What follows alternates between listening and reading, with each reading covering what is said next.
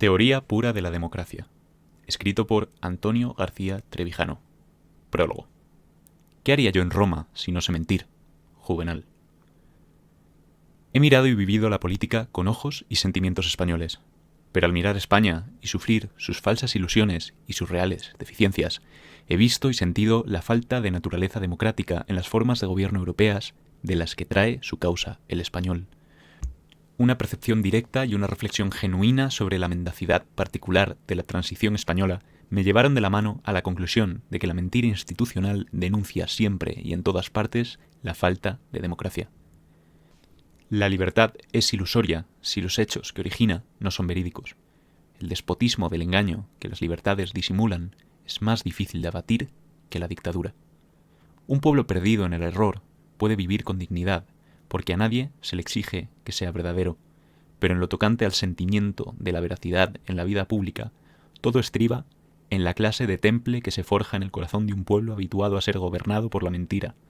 Las libertades públicas de que goza, confundidas con la libertad política de la que carece, en lugar de levantarlo sobre el miedo a la verdad, lo aplanan ante ella. Es difícil escapar a la propensión psicológica de explicar la mentira política por sus razones sociales y los acontecimientos históricos por sus causas finales. Pero el hombre no es de hielo para la verdad y de fuego para la mentira, y la humanidad no ha cesado de dar respuestas azarosas a preguntas de sentido que solo podrían contestar los dioses. Buscar el sentido de la vida y de la historia de los hombres acucia y despierta las imaginaciones, sin dar ocasión a la inteligencia de las situaciones. Pero basta desvelar una gran mentira, como la de la transición, y todo cobra sentido genuino. Sin este descubrimiento repentino de la verdad, todo, en España, sería oscuridad. Nada se comprendería. Los efectos de la gran mentira son ya indisimulables, pero atribuidos a la democracia, los crímenes y robos de la clase gobernante suprimen el sentido común y hacen tan insensatos y peligrosos a los que mandan desde el Estado como a los que obedecen desde la sociedad. Sin saber que esto no es una democracia formal, sino una formal oligarquía, nadie tiene respuesta para explicar lo que nos pasa. Y los hechos estolidizan las opiniones. Solo sabiendo que todo es mentira, adquiere sentido inteligible la realidad política. Aparte de la sibilina diferencia entre mentira y falsiloquio, y del mentiri impudentissime del discurso jesuítico, la mentira no ha sido digna de análisis ni reflexión en la historia de las ideas políticas. Platón alabó en la República el mal intrínseco de la mentira que condenó en las leyes, pero la elocuencia de la democracia solo puede vivir en la verdad, de la verdad descriptiva de hechos y situaciones reales, y no de la verdad ejecutiva o performativa de una proposición, verdadera o falsa, que llevó directamente desde el pragmatismo americano con su noción de verdad como aserto garantizado o creencia socialmente justificada por su utilidad al totalitarismo cognitivo de la propaganda nazi. A este género de mentiras útiles, socialmente justificadas, pertenece la especie política de la gran mentira. Como auxiliar insustituible de las pasiones desaforadas de poder, de fama, de riqueza o de rivalidad, como la mentira de partido, la mentira colectiva tiene una lógica tan rigurosa e inapelable que ya quisiera para sí la paradoja del mentiroso, que al fin y al cabo solo es de naturaleza semántica.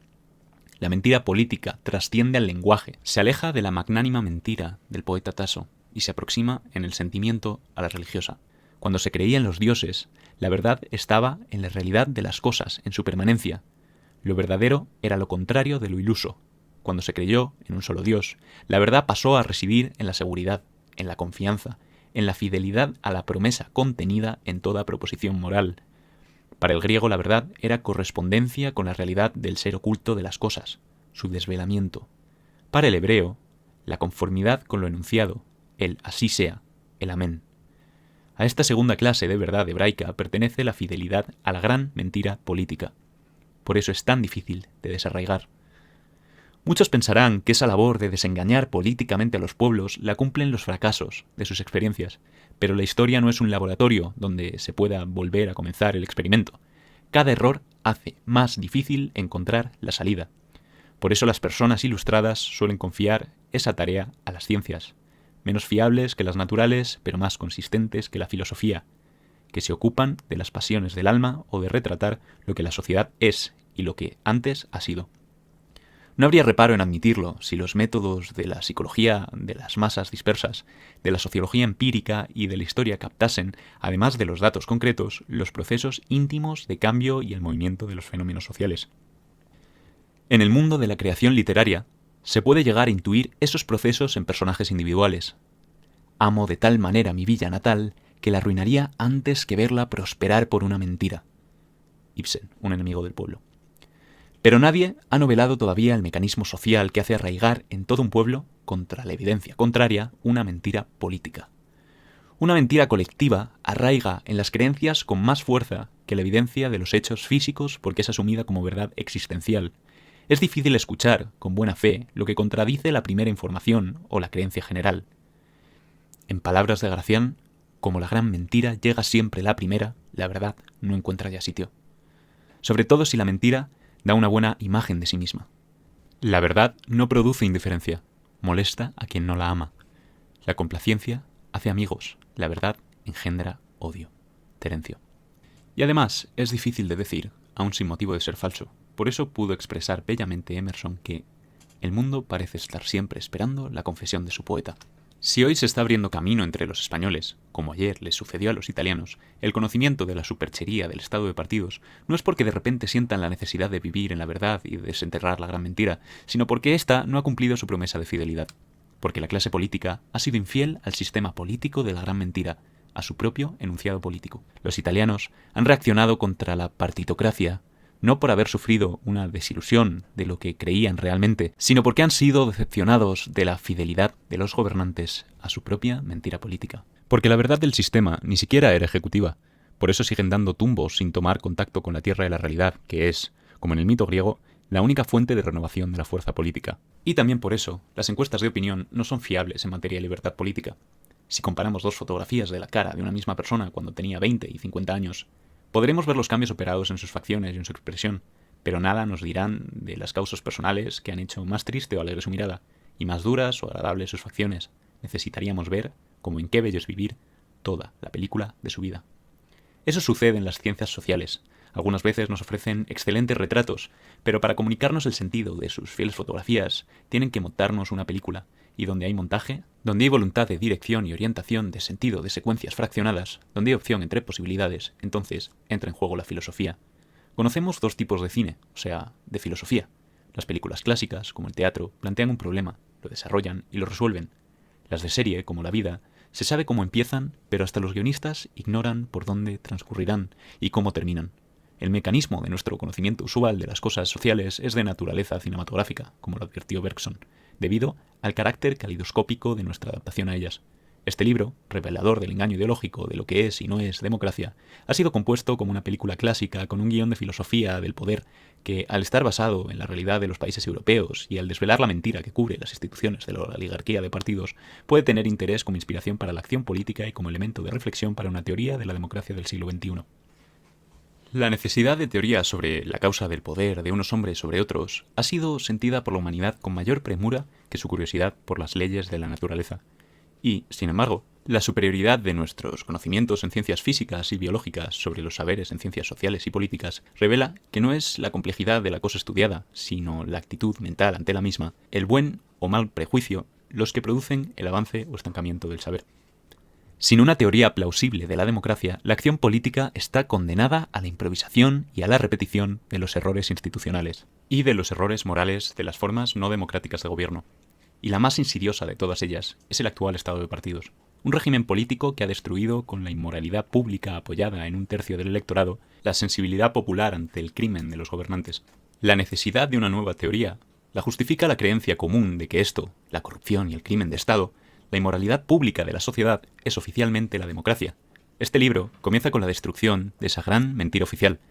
Pero una mentira política no solo prospera cuando, además de ser enorme, está basada en una ficción legal y en algún mito de la tradición.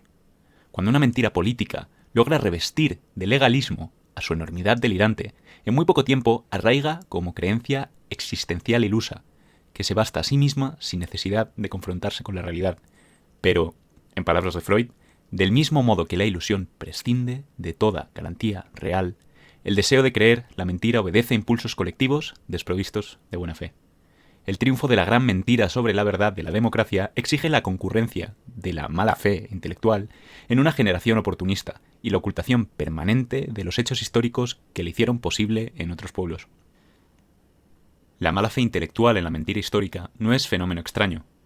En la condición humana está inscrita la propensión a las actitudes negativas contra sí mismo. Por ser negación de sí, la mala fe se distingue de la mentira, que solo niega algo ajeno al propio ser.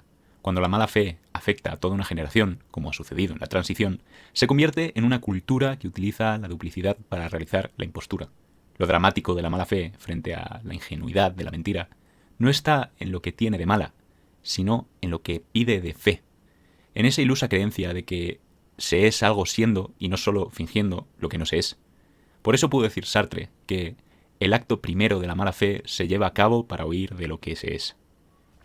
Si solo se tratara de fingir la democracia, el problema sería más fácil de resolver. Bastaría con hacer una remontada, faire une remontrance, poner el fingimiento ante el espejo de la realidad, porque la huida de la realidad que la propaganda realiza no puede llevarse con ella a los fenómenos reales que refleja el espejo, mentir, robar y matar.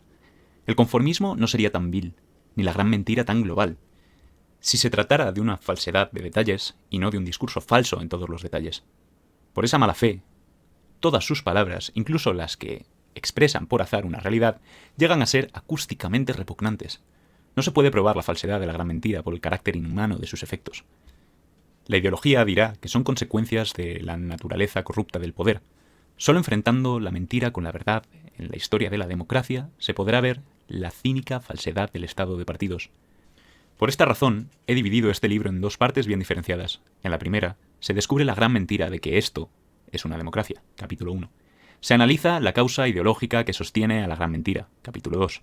Se relata el mito histórico que la creó, capítulo 3, y se compara con la verdad en la historia de la democracia, capítulo 4.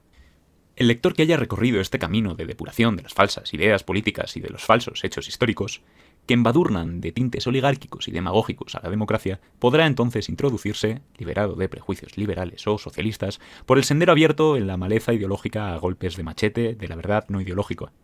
Sendero que nos lleva hasta el mismo umbral de la teoría de la democracia, hasta el lugar donde la dejó iniciada Montesquieu, y que Rousseau no pudo continuar a causa de su rechazo de la representación política. En la segunda parte, que puede ser leída con independencia de la primera, se justifica la necesidad de una teoría de la democracia, porque no hay reflexión política que merezca tal nombre en la literatura europea, capítulo 5, y se sugiere una introducción a la teoría pura de la democracia, separándola rigurosamente de todo lo que se confunde vulgarmente con ella, capítulo 6, y de la democracia pura de Rousseau.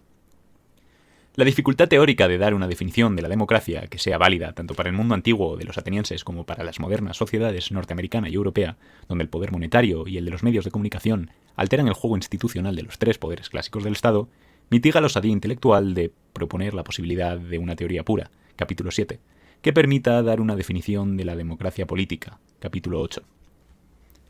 Respecto de Rousseau, me basta con recordar aquí que el núcleo de su doctrina es una transposición al campo de la política de la idea de la voluntad general de Dios, contenida en los escritos sobre la gracia de Pascal, cuando dice que el hombre debe inclinarse hacia lo general, ya que en el particularismo está la fuente de todos los males y de la egolatría. Malebranche advirtió después que Dios no podía salvar a todos y a cada uno de los mortales, porque la función divina, a causa de la uniformidad de sus leyes, es de orden general. Rousseau utilizó esa idea religiosa para sintetizar en la voluntad general la generalidad de la ley con la voluntariedad del contrato social. Siguió así la tradición del pensamiento francés, que, con su adoración a la generalidad, ocupa un lugar intermedio entre la universalidad alemana, que se traduce en el imperativo categórico de Kant, y la particularidad del empirismo inglés, que se refleja con dramatismo en William Blake. El que haga el bien a otro debe hacerlo en detalles minuciosos. El bien general es alegato de los canallas, los hipócritas y los aduladores. Y con moderación en Huxley. Los detalles, como cada uno sabe, conducen a la virtud y a la dicha. Las generalidades son, desde el punto de vista intelectual, males inevitables. La voluntad general es un concepto tan oscuro como inútil. En Dios, la oscuridad de su voluntad general era un aliciente para la teología, pero trasladada a los hombres, la voluntad general, que no es la voluntad de todos ni la voluntad de la mayoría, se convierte en una denominación abigarrada del tradicional bien común o del moderno interés general, que solo pueden ser interpretados frente a las necesidades o conveniencias de las sociedades plurales, cuando se dan unas circunstancias tan claras de peligro o beneficio común que hasta el más cretino las vería. El principio de la voluntad general encierra una contradicción lógica insuperable como fundamento de la ley positiva. Si los conjuntos pueden reducirse a sus partes constituyentes y la voluntad general debe ser tratada en pura lógica como un conjunto de voluntades individuales, las obligaciones particulares de estas últimas no pueden explicarse y justificarse por la primera. Pero, al fin y al cabo, la suerte del pensamiento político no la decide el discurso teórico, sino su versión práctica en el curso de la historia y de la acción. Por eso le doy tanta importancia para el cabal conocimiento de las instituciones actuales y de los conceptos y términos más usados en el lenguaje político a los acontecimientos que los forjaron, y de manera especial a los de la Revolución Francesa, de los que traen su causa todos los sistemas parlamentarios del continente, y entre ellos el español. El término democracia ha inducido muchas confusiones a causa de la indeterminación del concepto expresado con la voz del pueblo. Por su etimología, democracia significa fuerza del pueblo. Pero el abstracto pueblo es un vocablo polisémico que designa no solo a los habitantes de un territorio y al territorio mismo, al país y a su población, sino también a la comunidad política de un Estado, a los estratos sociales más bajos y numerosos de la sociedad, y a la aglomeración o manifestación activa de masas desorganizadas, pero orientadas o atraídas hacia un mismo fin. Estos dos últimos significados fueron causantes de que la voz democracia no tuviera buena prensa en la literatura política anterior y coetáneas a la independencia de Estados Unidos y la Revolución Francesa. Y además, de que durante el siglo XIX se entendiera por democracia no una forma de gobierno para toda la comunidad, sino la igualdad de condiciones en el estado social o la presencia en las instituciones electivas del elemento popular que se oponía a la aristocracia, como en la República de Roma o en Inglaterra. Una teoría de la democracia, como forma de gobierno, ha de hacer frente a este problema de vocabulario, porque el pueblo, en tanto que sujeto pasivo de la acción de gobierno, no tiene la dimensión o el significado del pueblo que vota en las elecciones, ni del que toma parte en los movimientos de conquista de la libertad política o de los derechos sociales. Y conceptos distintos de pueblo deben ser designados con palabras distintas, si se quiere evitar la equivocación que causa utilizar el adjetivo democrático como cualidad común a todos ellos. El vocabulario de las lenguas modernas no ha conservado la otra raíz griega que, junto a la de demos, designaba también a pueblo con la voz laos, en la Ilíada y la Odisea. Una pérdida lamentable, porque laos expresaba la parte activa y viril de la comunidad que tomaba parte en acciones de guerra o de conquista política, a favor de un jefe heroico, con el que voluntariamente se identificaba. Las ideas nuevas requieren a veces ser designadas con palabras nuevas. He recuperado esa voz homérica para crear los términos laótico y laocrático, calificativos de la cualidad potencial o real del pueblo, que se moviliza en grupo constituyente de la libertad política y de la democracia. Estos nuevos adjetivos permiten distinguir lo que es acción laocrática de una parte del pueblo y lo que es resultado democrático para todo el pueblo. La tarea de una obra de pensamiento político debe ser la misma que la pedida por Beaumarchais a los hombres de teatro: poner al descubierto los vicios y abusos que se disfrazan bajo la máscara de las costumbres dominantes, pero proponiendo acciones que no solo hagan parecer ridículos o bochornosos esos vicios y abusos, sino que destruyan la propia máscara política que los ampara. Aunque no comparto la visión de la política del teólogo americano Niebuhr, para quien la democracia es una solución aproximada a problemas insolubles, no obstante, hago mía su preciosa idea y su precisa plegaria. Dios, danos la gracia para aceptar con serenidad las cosas que no pueden cambiarse, valor para cambiar las que pueden ser cambiadas y sabiduría para distinguir unas de otras. Hombre moral y sociedad inmoral, 1932. Porque para cambiar todo es necesaria la tiranía y para no cambiar nada, la iniquidad. Las rebeliones concretas y calculadas contra el crimen y la arbitrariedad de Estado han hecho avanzar la humanidad por senderos de seguridad y de esperanza de libertad que las pretensiones abstractas e incalculables de las revoluciones no han podido hallar. Por apagado que parezca en medio de la niebla del engaño, el discurso de la verdad luce hoy por la libertad política. Cuando impera la mentira, el miedo a decir la verdad se reclina en la lisonja pública, y hasta la misma majestad se posterga ante el frenesí adulatorio. La ocultación de la verdad fomenta una pasión depravada por la tranquilidad que hace de los gobernados los primeros enemigos de sus propios derechos.